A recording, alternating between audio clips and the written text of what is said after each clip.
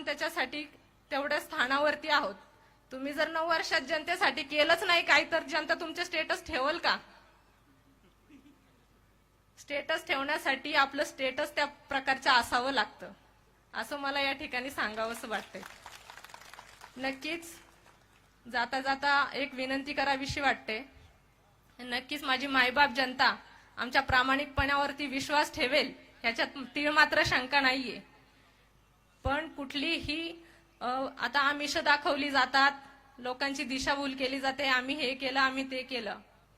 पण गेल्या 9 वर्षाचा विचार माझ्या मायबाप जनतेने करावा. नक्कीच तुम्ही कराल त्याच्यावर विश्वास आहे. पण येणाऱ्या 2 दिवसाचा कार्यकाळ खूप महत्वाचा आहे. इथून पाठीमागे जे दिवस गेले ते गेले, पण येणारे 2 दिवस खूप महत्वाचे आहेत. आपण सर्वांनी विचारपूर्वक मतदान करावं, प्रामाणिक माणसाच्या पाठीमागे उभं राहावं. कारण आम्ही चौघही, विशाल भाऊ असेल, वसंत भाऊ असेल, अश्विनीताई असतील आणि मी असेल, आम्ही प्रामाणिकपणे काम करत आलेलो आहोत. कुणालाही कुठेही कुणाचा हप्ता घेत नाहीये, कुणाचेही पैसे मागत नाहीये. जे काय करतोय ते प्रामाणिकपणे काम करतोय जनतेचं.